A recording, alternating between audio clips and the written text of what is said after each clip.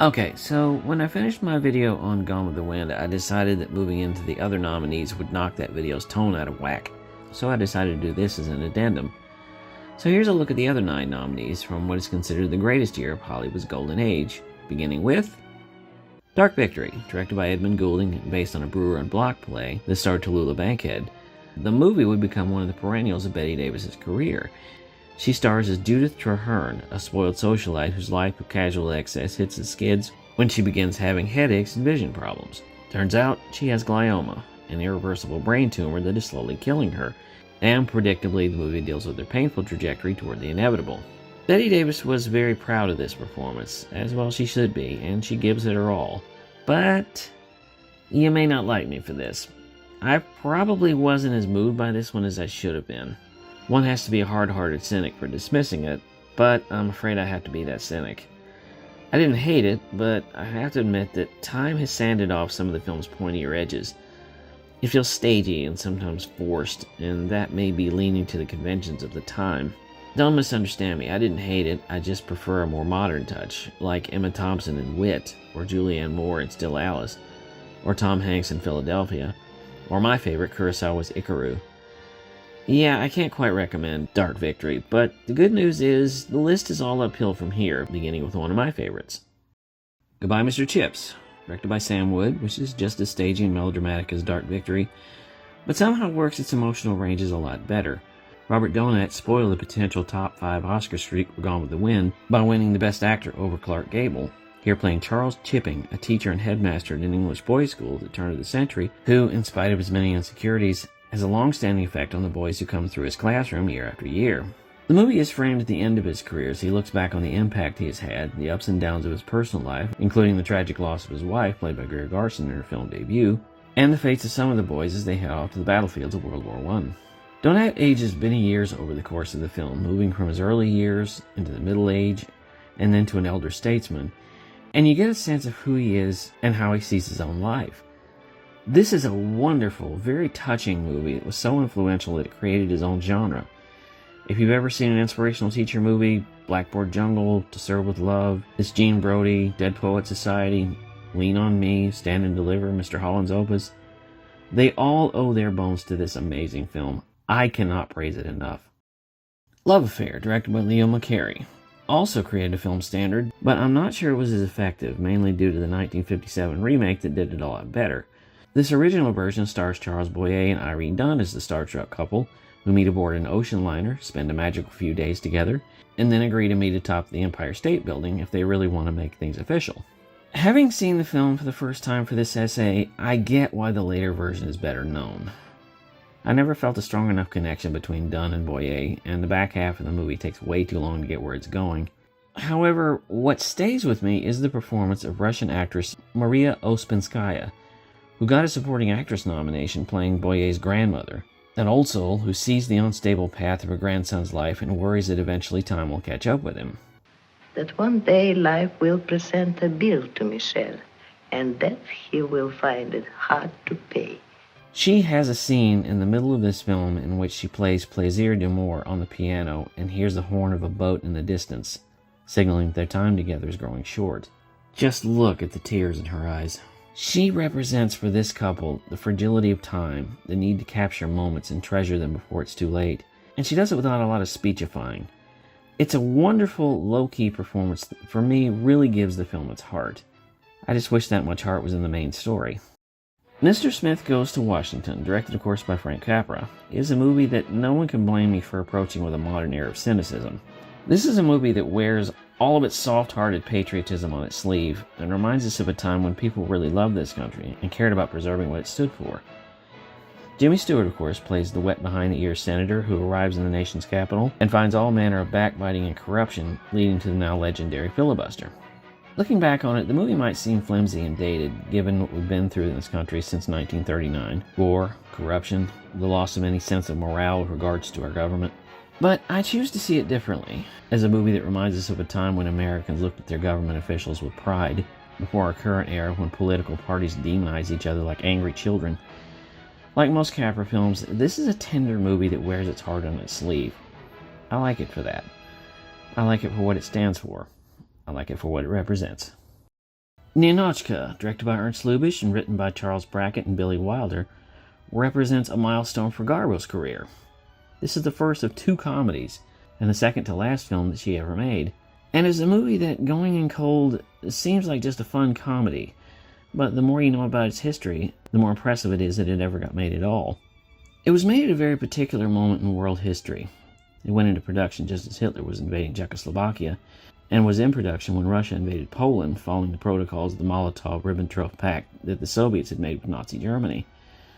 So this was a very tense moment to be making a comedy that comments heavily and somewhat complimentary on communism. The movie lands so much differently when you know that.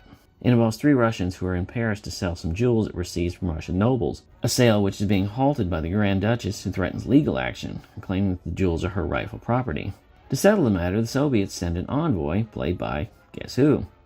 She falls in love with a French aristocrat, played by Melvyn Douglas, who succeeds at melting her Bolshevik heart. The movie is delightful, in spite of one agonizing scene in which Douglas tries telling Garbo a joke to make her laugh. The key element is Garbo, who handles comedy surprisingly well, spending the first half of the movie as a stern, unsmiling worshiper of Lenin's socialist ideals, and her straight-faced observations about capitalism, which are very funny. It's too bad that her most successful comedy came at the end of her career, because she had the chops to be a great comedienne. Of Mice and Men, directed by Louis Milestone, is about as much of a flip side of Ninotchka as one can get.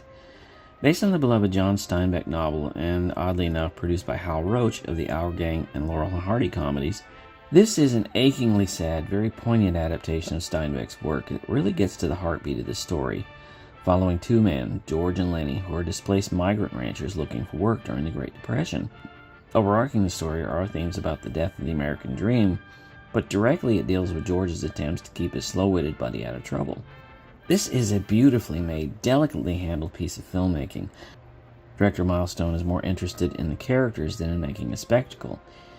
He understands the cynical edge that the story needs, just as he did with his adaptation of All Quiet on the Western Front a decade earlier.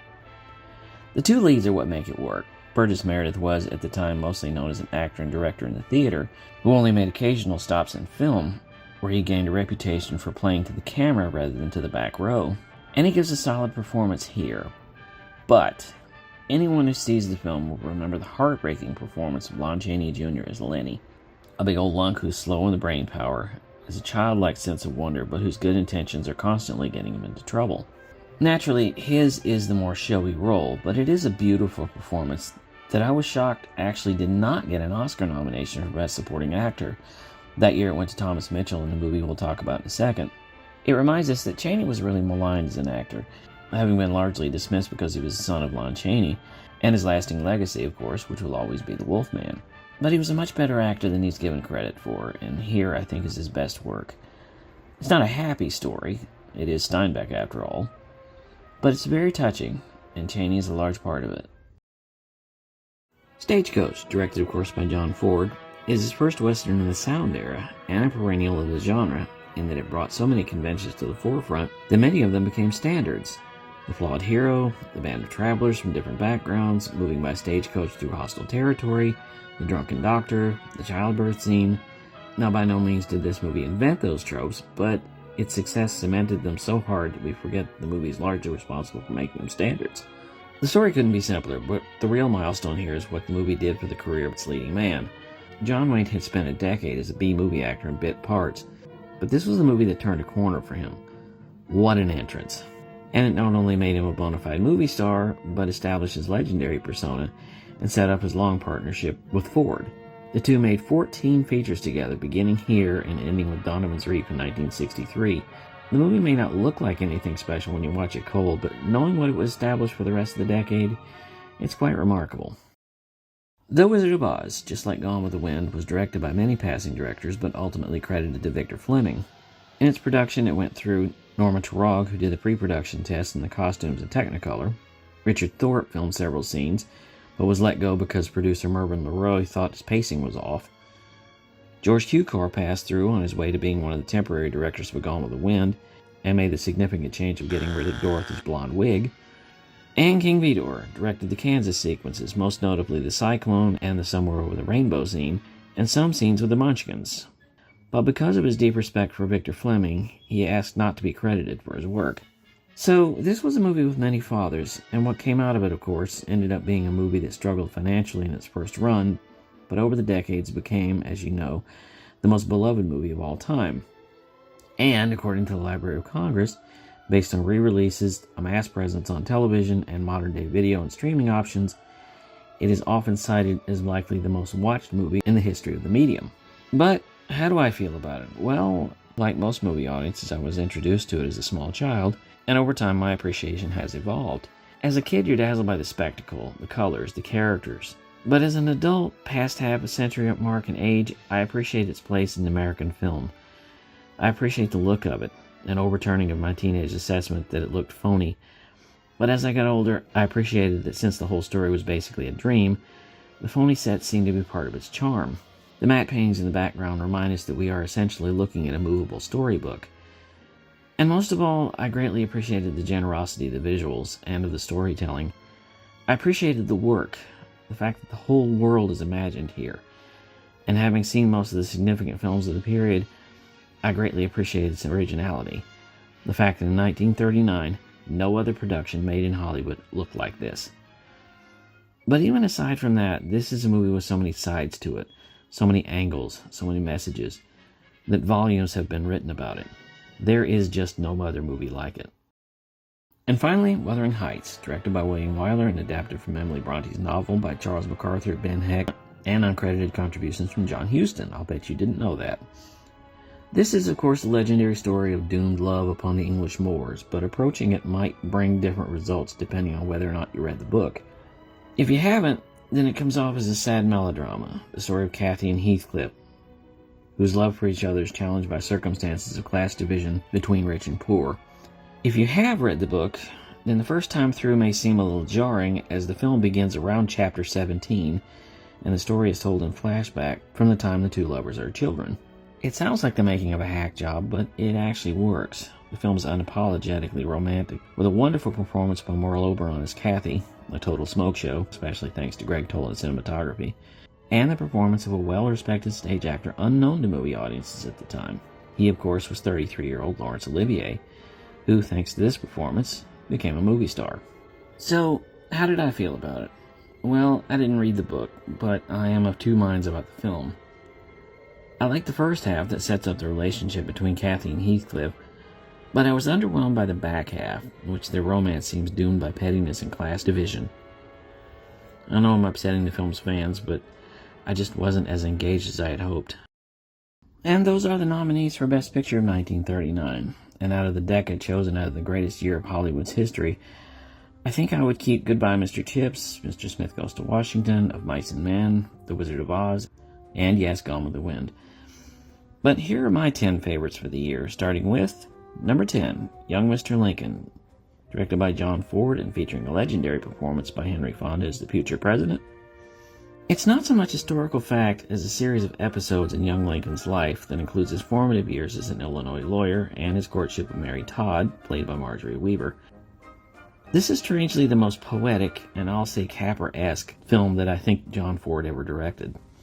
Number 9, Confessions of a Nazi Spy, directed by Anatole Litvak, is, I'll admit, not the most original story in the world, all about an FBI agent played by Edward G. Robinson trying to break up a Nazi spy ring operating in the United States.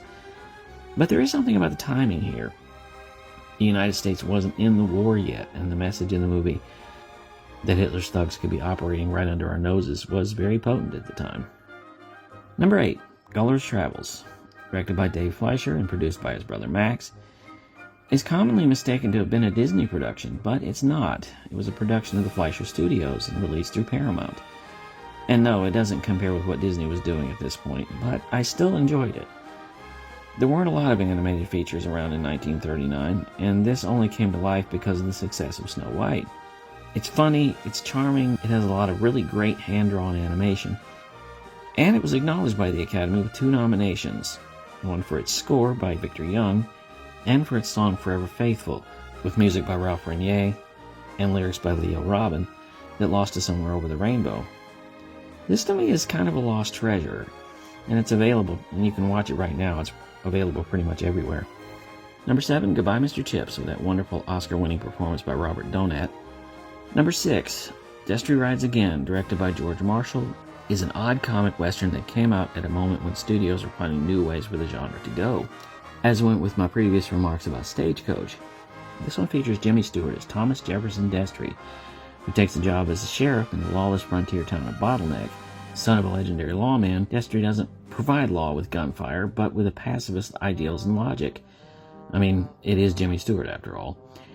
But the key here is Marlene Dietrich. This is the movie in which she sings "Let's See What the Boys in the Back Room Will Have," and it was the movie that revived her career after a series of flops put her on the box office poison list. She's really great here, and the movie is not what you expect. Number 5, Gone with the Wind, directed by many fathers but ultimately credited to Victor Fleming. Number 4, Of Mice and Men, with that beautiful, unforgettable performance by Lon Chaney Jr. as Lenny that criminally went unnominated. Number 3, Intermezzo, directed by Gregory Ratoff, is a remake of 1936 Swedish drama, both versions of which star Ingrid Bergman, and this was the film that brought her to America. The story is just a sentimental old love story, all about a married violinist played by Leslie Howard, who falls desperately in love with his protege played by Bergman. I mean, who wouldn't? It's really just as simple as that, and I believe the chemistry between the two lovers far more than I did of That and Love Affair. Number 2, The Wizard of Oz, which, just like Gone with the Wind, went through many hands, but ended up being credited to Victor Fleming. And my personal favorite from 1939, genre noir surreal masterwork The Rules of the Game, a film that was met with almost universal derision upon release, but given a mass reappraisal in the years since from critics and film fans, a thumb in the eye to the upper-class French bourgeois in the years just before World War II. It turns your expectations in a way that, just when you think you have it nailed down, something new or bizarre or revealing happens that forces you to rethink what you learned.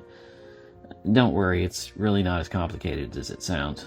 It takes place at an obscenely large country estate and deals with all manner of characters, from party guests, hosts, and servants, whose lives intersect but their values are always in question.